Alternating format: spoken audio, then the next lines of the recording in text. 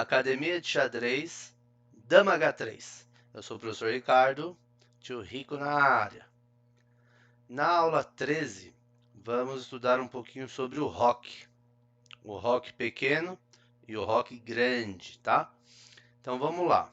Primeira coisa que o jogador tem que saber é que o roque é um movimento especial do xadrez que envolve o rei e a torre de um lado do tabuleiro, do lado da ala do rei.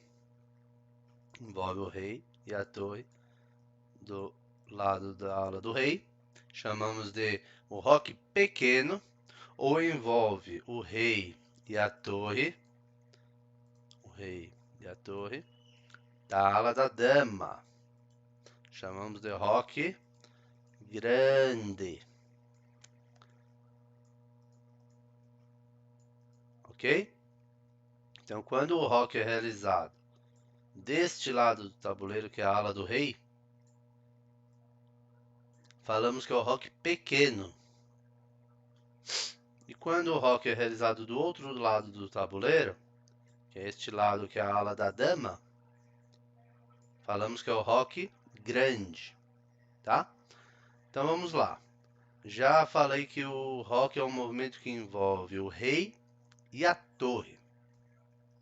Então é o único movimento do xadrez que a gente pode mexer duas peças com um só lance. Que peças são essas? O rei e a torre. Então vamos demonstrar primeiro o roque pequeno, o roque da ala do rei. Vamos supor que as brancas comecem jogando assim, as pretas respondam assim. Então a primeira coisa para realizar o roque aqui da ala do rei é tirar as peças que estão entre o rei e a torre, que no caso é o cavalo e o bispo.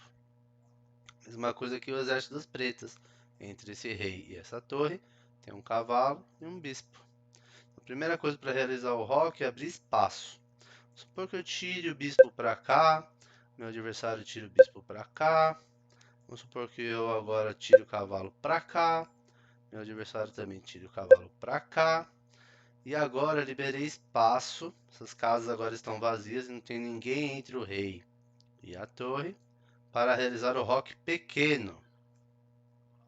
Então o roque sempre o rei vai passar duas casas em direção da torre e a torre vai passar por cima do rei. Então é o único movimento de xadrez que eu vou mexer duas peças com um só lance. Nesse caso aqui o roque pequeno, o rei passa duas casas em direção da torre e a torre passa por cima. Realizei o roque pequeno desse lado aqui da ala do rei, lógico. Vamos supor que o meu adversário também queira realizar o roque pequeno dele. O rei vai em direção da torre, duas casas, e a torre passa por cima. Mexi o rei e a torre com um só lance, eu e meu adversário. Então eu realizei o roque pequeno, que é o roque da ala do rei. Desse lado, meu adversário também realizou o roque pequeno da ala do rei, deste lado. Então, normalmente o roque é usado para proteger os reis. No começo do jogo, a maioria das vezes é uma boa jogada, proteger o rei, trazer a torre para uma posição mais central do tabuleiro. Mas é lógico que tem exceções. Às vezes realizar o roque não é bom. Na maioria dos casos é bom, às vezes não. O jogador tem que analisar na hora da partida, tá? Então já demonstramos aqui o roque pequeno, o roque da ala do rei. Agora vamos demonstrar o roque grande, o roque da ala da dama. Então veja bem que entre o rei e a torre desse lado, entre o rei e a torre deste lado, tem três peças. Tem a dama, tem o bispo e tem o cavalo. Então lembra que a primeira coisa que a gente tem que fazer é liberar o espaço entre o rei e a torre para ser realizado o roque. Então vamos fazer uma sequência de movimentos aqui qualquer para liberar esse espaço. Vamos supor que eu jogue aqui, meu adversário responda aqui. Vamos supor que eu já tire o bispo para cá, meu adversário também já tire o bispo para cá. Vamos supor que eu já tire o cavalo para cá, meu adversário também já tire o cavalo para lá. Vamos supor que eu já dei um passinho para frente com a dama para cá, e meu adversário também deu um passinho com a dama para cá.